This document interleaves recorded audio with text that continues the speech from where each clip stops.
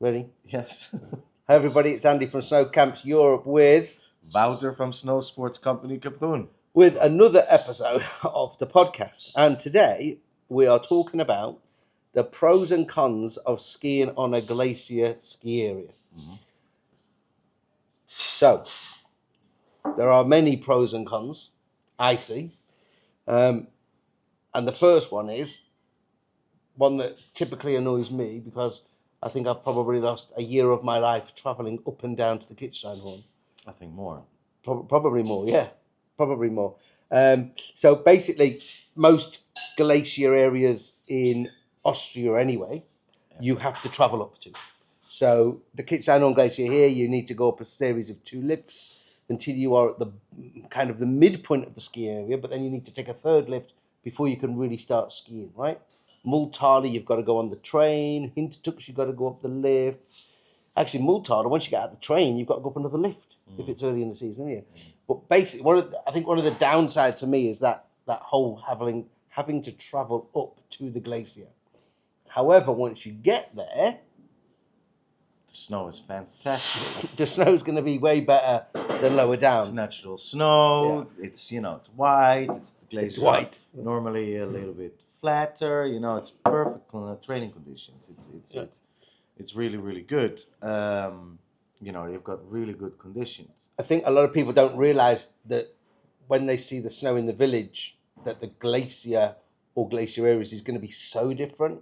But if you think like the height difference, the temperature is always going to be lower. Every now and then you might have an inverted temperature. But typically the glacier is going to be colder, especially overnight it's going to be colder. When it snows, typically gets more snow. Gets more Yeah. snow. You've got champagne powder. It's really good powder if there's no wind. If there's no wind, If there's which no is wind. another downside, because higher elevation can be a lot windier, or when it is windy, it seems to be very windy. Correct. Yeah, it is more wind. You don't have the tree lines. There's the shelter of the trees. It's more exposed, of course, and it's higher up. Yeah, so you got a lot of time. It's a bit more windy.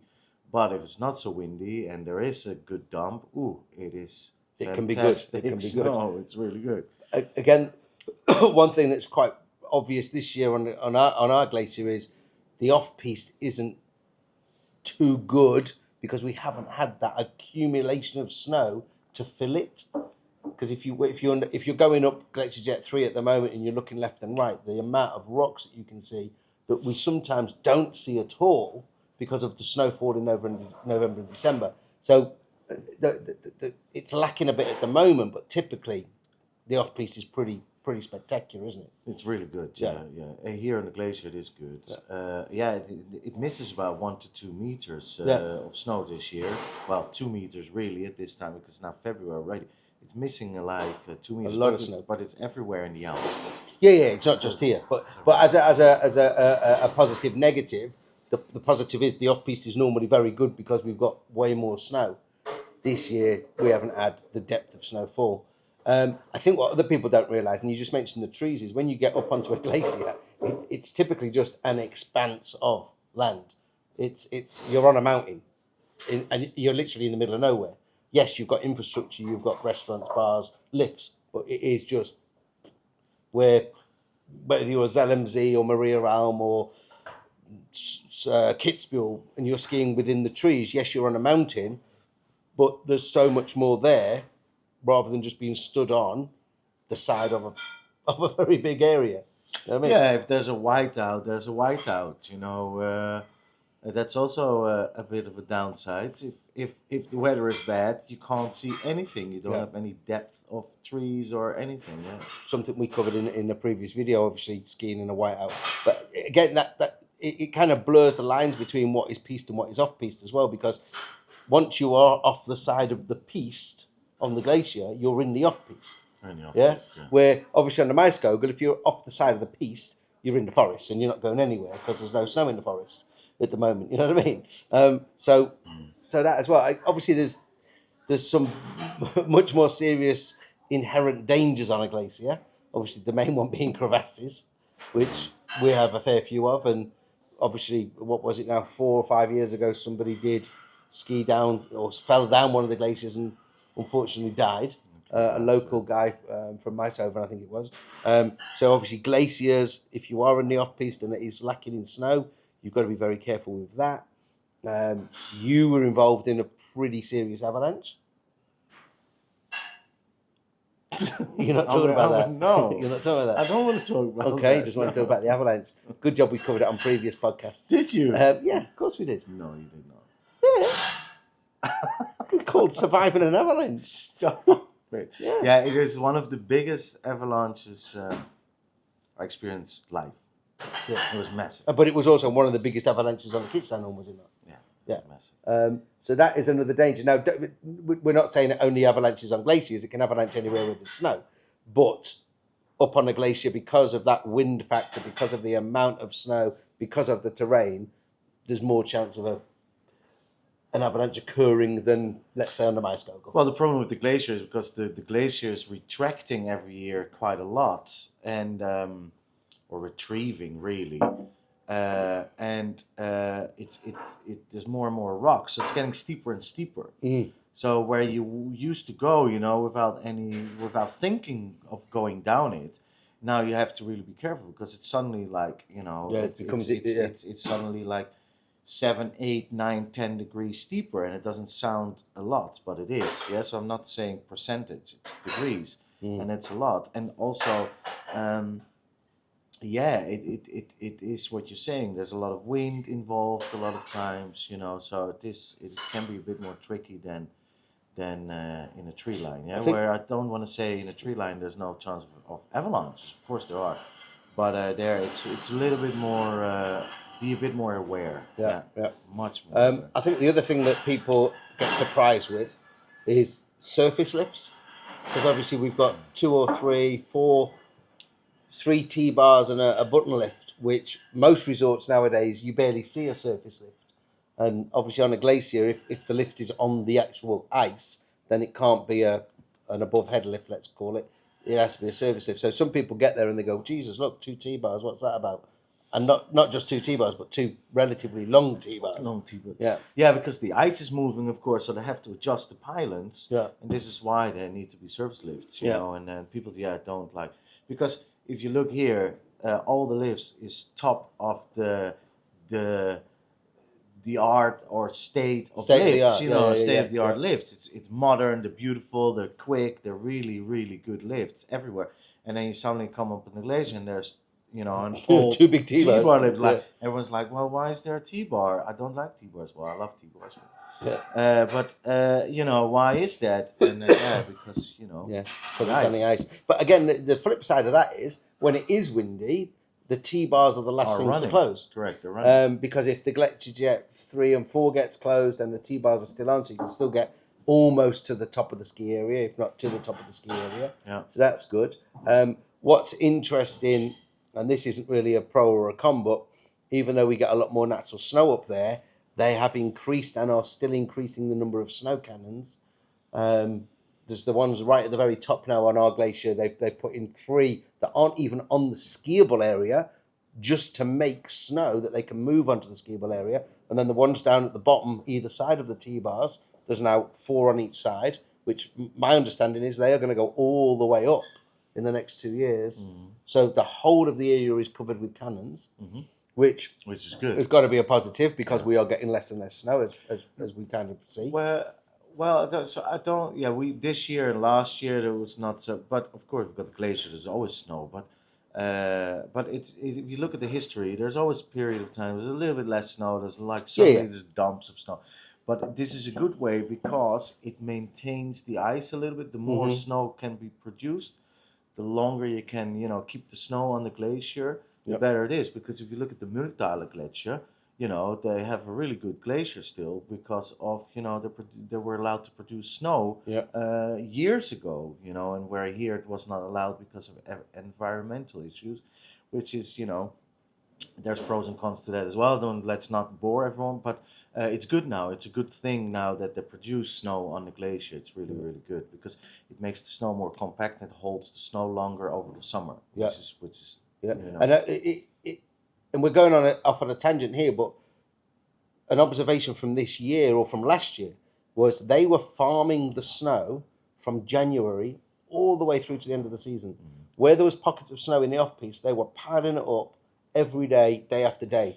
Where this year, we haven't got that snow for them to pile up. No. So the snow storage, unless we get some serious snow in March and April, which we normally do, but unless we get a serious amount, I'm thinking the depots are not going to be very full for the start of next year. Yeah, but I have to like they've put already now. Normally do it later in the season. They have the gates to catch the snow from the wind. Yeah. Yeah, they have them up already Okay. to collect more and more snow. So they already Right, do so they've that been put there. right Um, now. It's funny because saying about the snow, last year, we actually ended the season with more accumulation than we'd had in the last 7 years. Because there was so much snow in March, April, and into May, we actually ended with a lot, even though the main ski season we hadn't seen so much. And I'm wondering if it's going to be the same this year, because obviously it's not now snowed for what, 10 days maybe? 2 weeks. 2 weeks. It's pretty warm. It's 5 degrees down in the village. It's nice. It is nice. Yeah, it's nice walking around. But we do need some snow, and we normally do get good dumps of snow in March and April. Oh no, you're right. It's not 2 weeks because the first powder day really of the season last Wednesday, wasn't it? was last Wednesday. Yeah, Yeah. yeah. So it's about 10 days. Yeah. Right. So other But- kind of positives and negatives. No, but to come back to, I think you're right. I think the last couple of years, the winter has shifted more and more towards the end of the season. Yeah, for sure. So we're gonna have loads of snow, and I, anyways, love the end of the season up here in the glacier because it's not so busy. The snow is fantastic. It's good for ski touring. It's good for off-piste. It's a bit more, Normally quite good bumps. It's fantastic moguls here. Yeah. It's really good. Yeah. It's good for training. It's my favorite time of the year. I think moving away from snow, one of the big downsides is the catering element, On the food glacier. and drink, because most of it's owned by the Glacier company, and therefore it's relatively expensive. It's relatively poor quality. I was trying not to use the word that begins with C and R and all of these other expletives that describes not good food. So it's not very good quality, but it's quite pricey. They are getting better at it. I think, especially the Glacier, the Kitzstein one. The other two restaurants, they're not as great with the quality of the food. I also need to be really careful because I don't want to. But they've got the restaurant next to the Alpine Center. They do good food. They do much better food, and they have sometimes It's got a separate cooks. kitchen, and they've got people who are cooking that food, but there is a price attached to that. It is because if you think a bowl of soup in the Alpine Centre is now something like $6.90, but that same bowl of soup in that restaurant next door is $15.90. But it does come with a big chunk of bread. But that's extortionate for a bowl of soup. Is it $15.90? It's $15.90. Is it really? Yeah, it's ridiculous. What kind of soup is it? Is it golden? Fucking slightly warm, slightly warm soup. Really? $15.90 for what kind of soup? Now I'm quite intrigued. What soup is it? Is it kaaspressknuddel? No. Tomato. It might be tomato. No it might be. way. It's just No, like it's a probably standard a noodle soup It's or nothing. something. It's nothing any Chicken. special. It's nothing super special. But basically, $5.90 or $6.90 versus $15.90. So yeah, the food quality is better in that restaurant, which is also owned by the corporation. Yeah, let's I say, think but there's a price to pay. the restaurants from the corporation are better than the other two, I think. But it's still not good, in a way of like they can do the if you want to do it for the masses, I think that it's good. If you want to do it for the masses, okay, the quality doesn't have to be so good, but do it cheaper. And if you want to have a nice restaurant where it's a bit more pricey, I do understand. It's good what they're doing, the idea, but then the quality needs to suit and also the price. There has to be a cohesion between the two. And the thing is, the Glacier Muller is being expanded, so that hopefully will mean that there is a broader offering of food in the menu, and it is a good standard, and the price is right. But I think you've got to take it for what it is. It's literally a motorway service station on a mountain, and therefore they are mass producing lasagna, mass producing pizza, mass producing chicken. But now I'm going to defend a little bit the Kitzstein on the food, actually, because if you think about it, look in Zellamzee or look in And Aarberg, the same, huh? St. Anton, Hmm. looking, you've got the same. Okay, unless you're going to really nice, you've got some nice huts in the same Pitu, but you've got the majority of the huts really. Are they much better? If we're honest, if we're What I'm getting honest, at with the Glacier is in the main restaurant, it is mass yeah, produced school dinners, and it's not the best quality, and they're charging a premium because they've got you by the balls because you're on the Glacier. You can come back over to the Mayaskogan and have your lunch, and you can go back over to the Glacier if you want. But the amount of time that takes, yeah, it's a waste. It's a waste. yeah, it's true, it's true. So what I'm saying is, it is what it is, but it's average quality, high price. Where if you're skiing around Zell, most of the food, if you go into the more restaurant orientated places like the Glockner House, if you go, yeah, Pinsgau Hut's not as good anymore, but at least they're cooking the food to order. Those places are cooking the food to order. Up on the Glacier, it's cooked and it's kept hot to a standard. They may reheat the pasta. They're cooking the burgers to order. They're cooking the fries to order. But the chickens are sat in an oven at a temperature that's deemed to be a safe temperature. The sausages have been cooked. The ribs have been cooked. The chefs aren't cooking your food for you to Yeah, eat. You know what I mean? That's yeah, what I mean. yeah, And yeah, that for me is a bit of a downside. And the fact that we can't have other people open a restaurant on the Glacier because it's obviously so heavily why managed. do you want that? You want to monopolize everything. Well, That's no, the best. that's what it is now. Yeah, It but is it should be like monopolised. that. It's good. It shouldn't be monopolised, Yes, it but it should. is monopolised. Yeah, so what? It's good. Obviously, on the Maisgogel, the benefit there, we've got several, 6, 7, 8 different huts, Mm, restaurants, varying prices, varying quality, but you've got choice. You've got choice. mm. We're on a Glacier, you don't have that choice. You've got to go where That you've is got to true. go. You have to go where you have to go. Yeah, yeah. Um, I agree with you. For what? once. Okay, good. What else? I suppose the other downside, in a way, the skiing is, and this is very prevalent when we get to the end of the season and all of the ski schools move their operations onto the Glacier, is obviously Oberschneider Ski School build a beginner area with a rope lift, and then the Yellow and Black Ski School, they have an area on the edge of a cliff with a rope lift. Um, it's not on the edge of a cliff, but it could quite possibly be. They have a fence. But it's like it's not the ideal place as a beginner to go and learn to ski No, no. because we haven't got any magic carpets. I don't know why, but we haven't got any magic carpets. Your progression from the Kinderland is then to your button lift in the middle of the Glacier, and then you may be able to ski to the Alpine Magnet. Centre, or you might have to come back down in the lift. If you go to Magnet Kopfel, you've It's got to ski down, it's or you've got to walk up to the lift. it's much better though. The lot since the Magneetkupfel, because the magneet's all the way at the top, is a little button lift. It's a T-bar. T-bar, yeah. And it's much better from the gradient. It's much flatter, and also now with the Glacier 3 and 4, because you can go now, you can just go up and you can come down much easier with the lift system than before, Yeah, because you but had to you've then got to walk back you have up to the lift. yeah, but it's not too far. You know, you remember we had to walk up anyways, and then take the train, and then wait for the cable car, then take the cable car down to the upper. Now it's much easier. I think Still not perfect. it's not It's not perfect, perfect. but they have done something about it. They have recognized this. It's much better. Mm. And to be quite honest, I think yeah, you're 100% right. It's not the best for beginners, but you do have to, you know, you But have fantastic snow conditions. yeah, And that's the flip side that you we've know, said. If you're coming to Capron as a beginner in April, you have to be taught on the Glacier. it's pretty good. That's not brilliant, but the snow is brilliant. Yeah, The temperature is nice. The view is fantastic. yeah. That's another thing. If you're on the Glacier, the views are amazing. If the weather You is know, good. views are amazing because Yeah. you're at such a high elevation. Yeah. Cool. There you go. Yeah. What else we got? Anything Well, else? I always like glaciers. So for me, I always like glaciers. Yeah, because snow condition, you know, the off piste we've already tackled, Yeah. and normally as well, you know, the first couple of days, it's not in the week for the tourists. It's not as busy as towards the last. You know, everyone is coming then always towards the end. Yeah. So that's also got its advantages, you know. It's got its disadvantages, the long journey, but it also has its advantages. I think one Sometimes. of the other things is it fragments après ski a bit. because you've got to Right. come down off the glacier, you've got to travel back to Capron.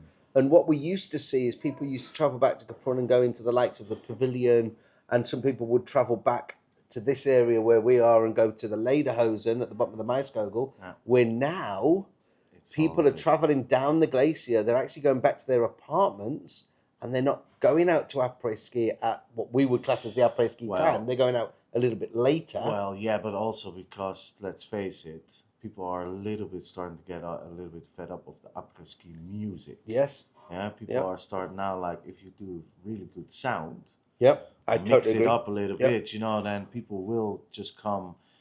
And that's what our glacier is now doing a little bit, but you're right, no one wants to stay up there, everyone wants to go down, because Yep. you're then, you can just go to the hotel or have some food or have some, Yeah. it's much nicer And I here think than up there. even if you come down the glacier and you go into the bar at the bottom of the glacier, Mm. which I've never really been in for après ski, but you're then governed by either driving back or getting the buses that, Yeah. that actually finish quite early. Yeah. So if you want to have a drink and you want to have a proper après ski, you've got to still be on that bus at a certain time, Correct, yeah. or you've got to have someone who's prepared to not drink and therefore drive you all back. Yeah. So again, that kind of fragments it a little bit.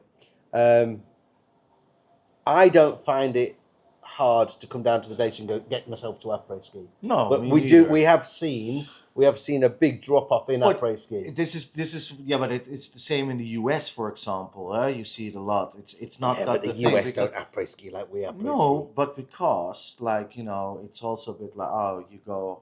What I mean is, I'm trying to compare it a little bit with the same thing. Like people go home first to their whatever their accommodation, hotel, whatever it is, and then getting changed, and then they go out for dinner. But yeah, there is no après ski, Yeah.